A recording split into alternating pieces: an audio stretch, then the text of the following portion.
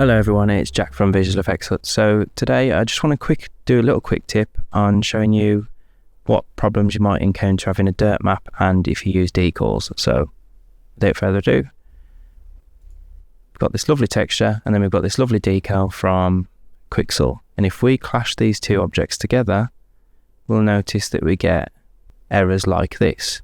So what we need to do to stop this from happening, we just need to go to our tags and add the object tag, and then in the object tag we can quickly go to visibility and we can uncheck dirt visibility. It's already changed just, but if we just uncheck this now, there we go, got a much more realistic interaction, so we can really get a better lineup of these decals and without worrying about it creating weirdness.